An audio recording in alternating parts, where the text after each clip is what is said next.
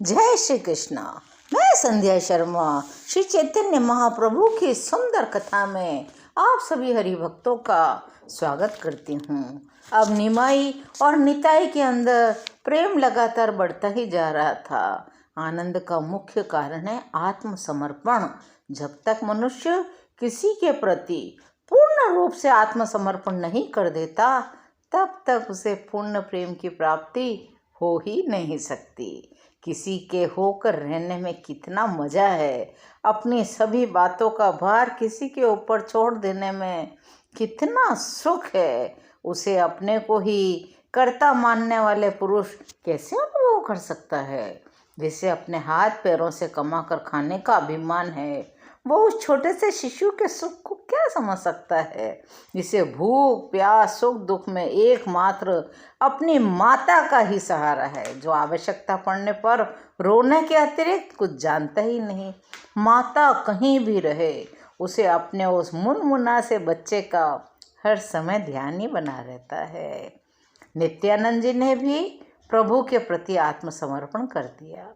महाप्रभु श्रीवास के भी सर्वस्व थे।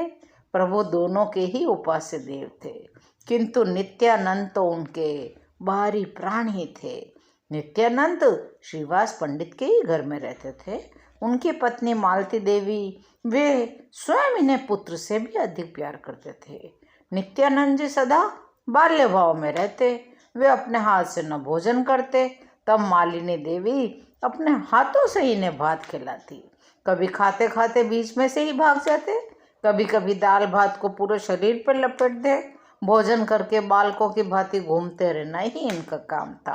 कभी मुरारी गुप्त के घर जाते, कभी गंगादास की पाठशाला में ही जा बैठते, कभी किसी की यहाँ से कोई चीज लेकर ही आ जाते, कभी महाप्रभु के घर ही चले जाते और बड़े बालकपन से माता शची के पैरों को पकड़ लेते। माता जब इनकी चंचलता से डर जाती तो घर में भाग जाती। इस प्रकार नित्यानंद जी भक्तों के घरों में नाना प्रकार की बाल्य लीलाएं करते थे। एक दिन प्रभु ने श्रीवास पंडित की परीक्षा करने के निमित्त और यह जानने के लिए कि श्रीवास का नित्यानंद जी के प्रति कितना स्नेह है, श्रीवास पंडित से एकांत में जाकर पूछने लगे, पंडित जी, इन अवधूत नित्यानंद जी के कुल गोत्र जाति का कुछ भी पता नहीं।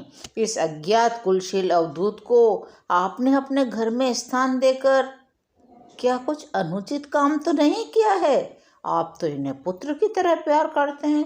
कौन जाने ये कैसे हैं। इन्हें अपने घर में पुत्र की तरह नहीं रखना चाहिए। ये तो साधुओं की तरह गंगा घाट पर रहें, किनारे रहें, मांगे खाएं। किसी के घर में रहने से इनका अब क्या काम है? आपके क्या विचार हैं पंडित जी? प्रभु की ऐसी बातें सुनकर श्रीवास पंडित बड़े ही गदगद ढंग से अत्यंत दीनता के साथ कहने लगे, प्रभु, आपको हमारी इस प्रकार से परीक्षा करना ठीक नहीं। हम संसारी वासनाओं में आबद्ध पामर प्राणी हैं। भला प्रभु की ली हुई परीक्षाओं में कैसे उत्तीर्ण हो सकते हैं? जब तक प्रभु स्वयं कृपा न करे, तब तक हम सदा ही फेल होते रहेंगे, अनुत्तीर्ण होते रहेंगे।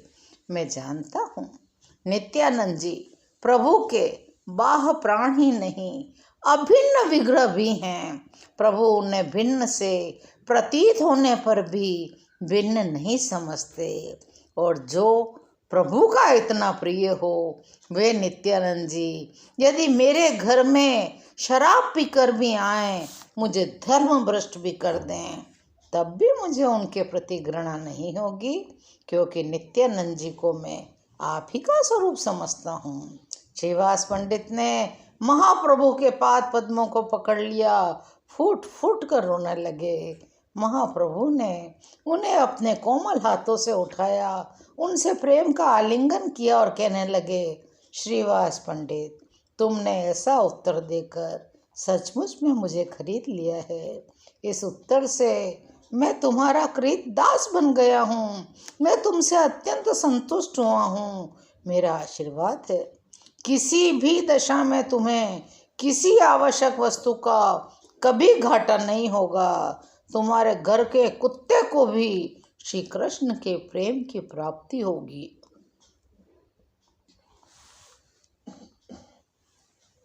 एक दिन महाप्रभु अपनी माता से कहने लगे, शची माता से, माँ मेरी इच्छा है आज नित्यानंद जी को अपने घर भोजन करावें। आज ऐसा कर, तू अपने हाथों से बढ़िया बढ़िया भोजन बना, हम दोनों भाई चौके में बैठेंगे और आप स्वयं परोस कर हमें खिलाना। प्रभु की ऐसी बात सुनकर माता को बड़ी प्रसन्नता हुई। वे जल्दी से भोजन बनाने गई। प्रभु श्रीवास पंडित के घर चले गए नित्यानंद जी को लिवाने के लिए। श्रीवास के घर पहुंचकर प्रभु ने नित्यानंद जी से कहा, श्रीपाद आज आपका हमारे घर निमंत्रण है, चलो आज हम आप साथ ही साथ भोजन करेंगे। नित्यानंद जी बालकों की भांति उछल उछल कर नृत्य करने लगे और कहने लगे, आहा आहा लाल के खूब बनेगी, सची माता के हाथ का भात खाएंगे, मौज उड़ाएंगे, प्रभु को खूब छकाएंगे, कुछ खाएंगे कुछ शरीर में लगाएंगे। प्रभु ने ऐसी चंचलता करते देखकर मीठी सी डांट दी, देखना खबरदार, वहाँ ऐसी चंचलता मत करना, मेरी माता आपकी चंचलता से बहुत घबराती है, वह डर जाएगी, वहाँ चुपचाप ठीक तरह से भोजन करना। प्रभु की मीठी डांट को सुनकर बालकों की भांति चौंक कर नित्यानंद जी ने कानों पर हाथ रखते हुए गंभीरता धारण कर ली और कहने लगी, बाप रे ये चंचलता, कैसी चंचलता, हम तो चंचलता जानते ही नहीं, चंचलता तो पागल लोग किया करते, हम क्या पागल हैं जो चंचलता करेंगे। इन्हें इस प्रकार स्वांग करते देखकर प्रभु ने इनकी पीठ पर एक हल्की सी धाप जमाते हुए कहा, अच्छा चलिए अब देर करने का काम नहीं। यह कहते कहते दोनों भाई आपस में प्रेम की बातें करते हुए घर पहुंच गए। माता भोजन बना रही थी। पहुंचते ही नित्यानंद जी ने फिर बालकों की भांति कहा, अम्मा बड़ी भूख लग रही है, पेट में चूहे कूद रहे हैं, कितनी देर है, मेरे तो भूख के मारे प्राण निकले जाते हैं। प्रभु ने संकेत से उन्हें रोका, लेकिन फिर कहने लगे, देख अम्मा ये गौर मुझे रोक रहे हैं, भला भूख लगने पर भोजन भी न मांगो। माता ऐसी भोली बातें सुनकर हंसने लगी। जल्दी से 2 थालियों में भोजन परोसा। विष्णु प्रिया जी ने दोनों के हाथ पैर धुलाए। हाथ पैर धोकर दोनों भोजन करने बैठे। माता प्रेम से दोनों पुत्रों को भोजन परोसने लगी। प्रभु जब भोजन कर रहे थे 2-4 भक्त भी वहां आ गए।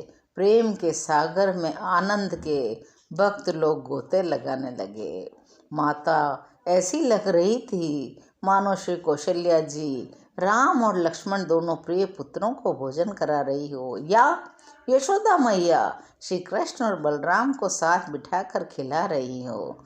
दोनों भाई भोजन करते, बड़ी विनोदपूर्ण बातें करते। भोजन करके प्रभु चुपचाप बैठ गए, लेकिन नित्यानंद जी तो भोजन करते ही रहे। प्रभु की थाली में थोड़ा भात बच गया था। नित्यानंद जी बोले, यह क्यों छोड़ दिया, इसे भी खाना होगा। तो प्रभु ने कहा, मेरा पेट बहुत भर गया है। प्रभु की थाली में से भात को मुट्ठी भरते हुए नित्यानंद जी कहने लगे, अच्छा तुम मत खाओ, मैं खा जाऊंगा। और प्रभु के झूठे भोजन को नित्यानंद जी खाने लगे। प्रभु ने जल्दी से उनका हाथ पकड़ लिया। नित्यानंद जी चौके से उठकर भागने लगे। प्रभु उनका हाथ पकड़े पकड़े पीछे पीछे दौड़ने लगे। आंगन में दोनों में गुत्थम गुत्था होने लगी। नित्यानंद जी वो सारा का सारा भात खा गए। माता इन दोनों के प्रेम को देखकर विचलित हो गई। कुछ देर बाद माता को जब होश आया, दोनों पुत्रों को आशीर्वाद दिया। दोनों ने माता की चरण वंदना की। नित्यानंद जी को पहुंचाने के निमित्त प्रभु उनके साथ श्रीवास पंडित के घर तक गए। इस प्रकार नित्यानंद जी जहाँ प्रभु जाते, जिस भक्त के भी घर जाते, नित्यानंद जी उनके पीछे जरूर जाते। और महाप्रभु को तो नित्यानंद जी के बिना कहीं जाना अच्छा ही नहीं लगता था। कभी आप श्री कृष्ण भाव से मथुरा जाने का अभिनय रचते, कभी अक्रूर के भाव में जोर से रुदन करते, कभी ब्रज के ग्वाल बालों के तले क्रीड़ा करते। इस प्रकार नित्यानंद जी अपने अन्य भक्तों के साथ नवद्वीप में श्री गौरांग भांति भांति की लीलाओं के सुप्रकाश द्वारा संपूर्ण नवद्वीप को अपने अमृतमय शीतल प्रकाश से प्रकाशित करने लगे। आज की ये सुंदर कथा यहीं अर्धविराम लेती है। शेष कथा अगले अंकों में। पूरी कथाओं को सुनने के लिए चैनल को लाइक करिए, शेयर करिए और सब्सक्राइब करिए। और एक बार मेरे साथ प्रेम से बोलिए, हरि बोल, हरि बोल, हरि बोल।